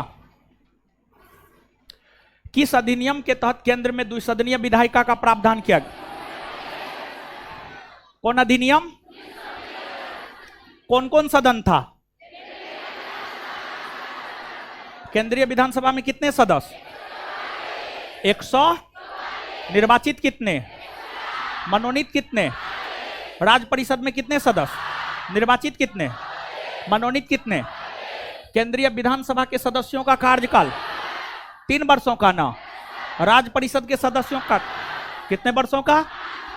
5 वर्षों का ना। चलिए ठीक है।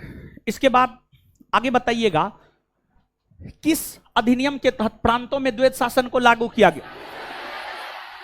आए। इसके बाद किस अधिनियम के जांच हेतु साइमन कमीशन आयोग का गठन हुआ? साइमन कमीशन आयोग के गठन के बाद साइमन कमीशन आयोग का भारत आगमन हुआ और साइमन कमीशन आयोग ने जो अपनी रिपोर्ट दी उसी को आधार बनाते हुए 3 गोलमेज सम्मेलन हुए और तब जाकर के कौन सा अधिनियम बना? 1935 ना। 1935 के भारत शासन अधिनियम पारित होने के समय ब्रिटेन के प्रधानमंत्री स्टैनले ब्लैडविन, स्टैनले। भारत शासन अधिनियम 1935 लागू कब हुआ है? कब लागू हुआ है? 1900। किस अधिनियम में यह कहा गया कि ब्रिटिश प्रांत और देशी रियासत को मिलाकर भारतीय संघ का निर्माण किया जाएगा? आए। 1900। दलित महिला मजदूर को पृथक निर्वाचन का अधिकार किस अधिनियम के तहत मिला? राज्यों में द्विसदनीय विधायिका का प्रावधान, प्रांतों से द्वैत शासन का अंत, केंद्र में द्वैत शासन की शुरुआत, प्रांतीय स्वायत्तता किस अधिनियम की सबसे बड़ी विशेषता है? आए। प्रांतों में विधानसभा के चुनाव पहली बार कब हुए? संघीय न्यायालय की स्थापना कब हुई? बर्मा को भारत से अलग किया गया 1900। और संघ सूची, राज्य सूची, समवर्ती सूची के प्रावधान 1935 के भारत शासन अधिनियम में ही किए गए थे। संघ सूची, राज्य सूची, समवर्ती सूची के प्रावधान 1935 के भारत शासन अधिनियम में ही किए गए थे। इसके बाद देश को आजादी किस अधिनियम के तहत मिली?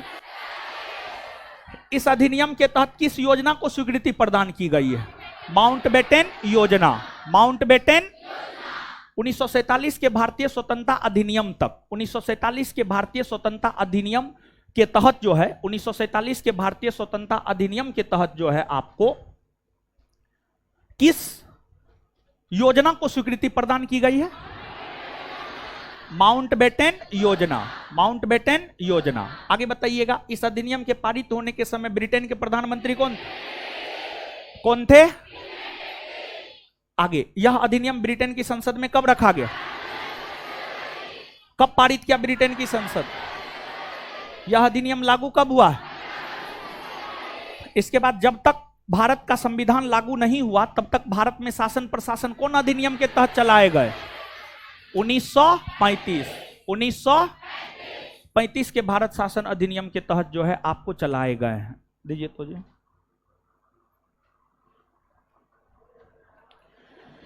आगे आइए तो याद करते हैं अंतरिम मंत्रिमंडल में परिषद के उपाध्यक्ष राष्ट्रमंडल संबंध तथा विदेशी मामले किसके पास? गृह, सूचना एवं प्रसारण मंत्रालय, खाद्य एवं कृषि मंत्रालय, उद्योग एवं नागरिक आपूर्ति मंत्रालय, श्रम मंत्रालय, रक्षा मंत्रालय, कार्य खनन एवं ऊर्जा मंत्रालय, कार्य खनन एवं ऊर्जा मंत्रालय, वित्त मंत्रालय, वित्त मंत्रालय, डाक एवं वायु मंत्रालय, डाक एवं वायु मंत्रालय, रेलवे एवं परिवहन मंत्रालय, रेलवे एवं परिवहन मंत्रालय, शिक्षा एवं कला मंत्रालय, वाणिज्य मंत्रालय, स्वास्थ्य मंत्रालय, स्वास्थ्य मंत्रालय, विधि मंत्रालय। चलिए आगे। स्वतंत्र भारत के प्रथम मंत्रिमंडल में प्रधानमंत्री कौन बने?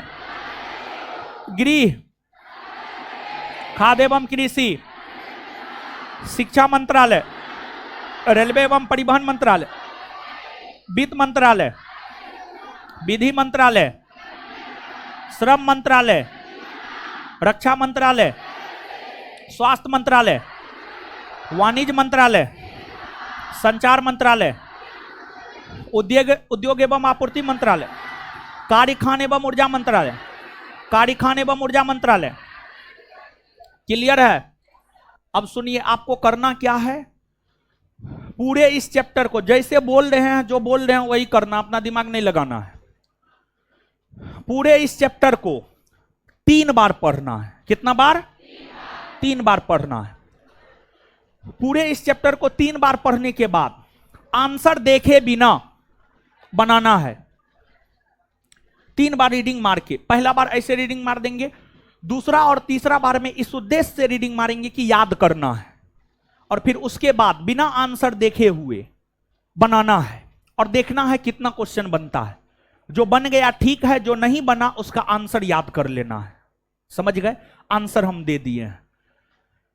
जो चीज हम सब्जेक्टिव में डिस्कस किए हैं वही चीज ऑब्जेक्टिव में भी है, तो इसी वजह से ऑब्जेक्टिव कराने की कोई जरूरत नहीं है। लेकिन हां, अगर आपको कोई डाउट होगा तो उस डाउट को हम लोग देख लेंगे। अरे तुमको डाउट क्वेश्चन दिया था, तुम हमको काहे नहीं दिया डाउट क्वेश्चन? टोपी वाला तुम्ही को बोल रहे हैं, डाउट क्वेश्चन कुछ लड़का तुमको दिया था ना जी, वो हमको देबे नहीं किया, हम क्या देखेंगे डाउट क्वेश्चन? समझे? तो पहला चैप्टर पूरा सब्जेक्टिव देख लीजिएगा, ऑब्जेक्टिव बना लीजिएगा। ऑब्जेक्टिव करवाने की जरूरत नहीं होनी चाहिए। आप कहिएगा तो हम करवा देंगे, लेकिन फिर लेट लगेगा, और फिर बाद में इन्हें कहिएगा कि लेट हो रहा है, लेट हो रहा है। समझे? बाद में आप ये मत कहिएगा कि लेट हो रहा है, लेट हो रहा है। समझे? तो आंसर इसलिए दे दिए हैं ताकि आपको जरूरत ना पड़े। जो आप नहीं समझिएगा उसको हम समझा देंगे, और जब डिस्कशन लेंगे ना तो हम कहेंगे 1 से 10 तक में, कोई कहेगा 1, कोई कहेगा 2, कोई कहेगा 3, कोई कहेगा 4। अब 1 से 10 तक में एगो प्रॉब्लम है तो ले सकते हैं।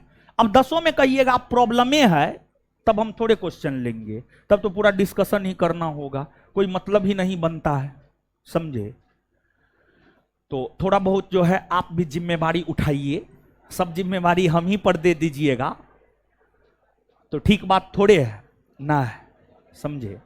लीजिए, चलिए, तो इससे आगे हम लोग अगले क्लास में मिलेंगे, और होमवर्क में वही है, बायोलॉजी और इकोनॉमिक्स। टेस्ट जो है संडे को रख दे, कल तो करंट पढ़ाएंगे ना। देखिए, अगर बिट्टू सर कल क्लास नहीं लिए, ऐसे क्लास लेंगे कल सर, क्योंकि चैप्टर समाप्त तो आज नहीं होगा, हो जाएगा, चैप्टर समाप्त हो जाएगा, इकोनॉमिक्स तीसरा चैप्टर समाप्त हो जाएगा, तब तो हम ही को क्लास लेना पड़ेगा और फिर हम टेस्ट भी ले लेंगे। सुन लीजिए, अगर कल बिट्टू सर क्लास नहीं लिए, मतलब अगर चैप्टर समाप्त हो जाएगा तब तो नहीं लेंगे, अगर चैप्टर समाप्त हो गया, बिट्टू सर कल क्लास नहीं लिए, तो टेस्ट आपका कल ही हो जाएगा, करंट का क्लास होगा, टेस्ट हो जाएगा। लेकिन अगर बिट्टू सर कल क्लास लिए और मेरा भी क्लास लगेगा करंट का, तो उस सिचुएशन में टेस्ट जो है संडे को हो जाएगा। आपको कल के लिए प्रिपेयर्ड रहना है, समझिए, कल के लिए भी प्रिपेयर्ड रहना है, कल नहीं होगा तो परसों होगा। होमवर्क यही है, ठीक है? तो इससे आगे जो है हम लोग अगले क्लास में मिलेंगे। धन्यवाद सभी लोगों का। और देखिए, खुश रहिए। और देखिए, बार बार हम आपको ये बात बोलते हैं, सबसे बड़ा रोग क्या कहेंगे लोग। इस चीज से ऊपर उठिए, समझ गए, इस चीज से जो है ऊपर उठिए। लोग आपको भटकाने वाले बहुत अधिक मिलेंगे, सही मार्गदर्शन करने वाले बहुत कम लोग आपको मिलेंगे, और भटकाने वाले जो है अनेकों लोग आपको मिलेंगे, समझे। तो चलिए ठीक है। और जो है उस एक दिन में एक और चीज अनुभव किए थे कि टीचर वाला बैच जो है हम लोग नहीं दिए, लेकिन हम देखे अपना मटेरियल पलटे। कोई कोई टीचर वाला परीक्षा के बाद TRE 1 TRE 2 के बाद जो है जो अपना विद्यार्थी सब पास किया था, तो सब कुछ कुछ आया था मिलने के लिए, तो बता रहा था कि सर अपने संस्थान का जो ऑब्जेक्टिव है वो तो टीचर वाला बैच जो भी संस्थान दिया बहुत सारा ऑब्जेक्टिव जो है कॉपी करके हूबहू ऑप्शन के साथ रख दिया है। तो फिर ये सब चीज भी हम थोड़ा सा गौर किए, तो सच में देखे, एक तो संस्थान है वो जो है मटेरियल जो है आपको कॉपी करता है, अपने से कुछ क्रिएट कर भी नहीं करता है, समझ गए। चाहे उसका करंट हो, करंट जो है किसी और यूट्यूब चैनल से कॉपी करके पढ़ाएगा। उसके बाद जो है बायोलॉजी, तो बिट्टू झा सर के मटेरियल से कॉपी करके बहुत लोग पढ़ा रहा है, पटना से लेकर के दिल्ली तक, समझ गए। आपको इतिहास में स्पेशली हम देखे थे TRE 1 में, TRE 2 में, इतिहास में जो ऑब्जेक्टिव है, जो मॉडर्न हम आप लोग को दिए भी है, उसका प्राचीन और आधुनिक, प्राचीन और मध्यकालीन भी है, वो भी पूरी तरीका से कॉपी कर लिया है लोग। तब उसमें भी जो है थोड़ा बहुत जो है संशोधन करेंगे। और मटेरियल में तो हमेशा संशोधन होते ही रहता है, और इसी वजह से हम आपको हमेशा बोले हैं कि जो मटेरियल हम बोलेंगे वही लीजिएगा। पॉलिटी का एगो पूरा मटेरियल है वो मोटा वाला, लेकिन आप लोग को नया दिए हैं ना, सेकेंड पार्ट भी नया आएगा पॉलिटी का, फिर ज्योग्राफी का भी नया आएगा। ज्योग्राफी का भी मटेरियल नीचे में पूरा है, लेकिन वो मटेरियल आप लोग नहीं लीजिएगा, जब हम बोलेंगे तब आप लीजिएगा, क्योंकि ज्योग्राफी पर भी जो है धीरे धीरे हम काम कर रहे हैं। तो ज्योग्राफी का भी जो है आपको अलग से मटेरियल मिलेगा, जिस प्रकार का पॉलिटी का है उसी प्रकार का, समझे। तो चलिए ठीक है, जिसको जो अच्छा लगता है वो करता है। सबका अपना पेट है, पापी पेट है, पापी पेट के लिए बहुत कुछ करना पड़ता है। लेकिन हम यही कहेंगे कि जैसे हम लोग ईमानदारी से काम करते हैं, ईमानदारी से मेहनत करते हैं, तो आप हमारे पास पढ़ते हैं, तो हम आपको यही दिशा निर्देश देंगे कि आप ईमानदारी से मेहनत कीजिए, और हम कुछ नहीं बोलेंगे। और आपका रिजल्ट दुनिया का कोई ताकत नहीं रोकेगा। आपको जो दिया जाता है वो आपके किसी भी एक दिवसीय परीक्षा के लिए सफिशियंट है, उससे बाहर कुछ भी नहीं है, समझ गए। धन्यवाद सभी लोगों का, मिलते हैं अगले क्लास में।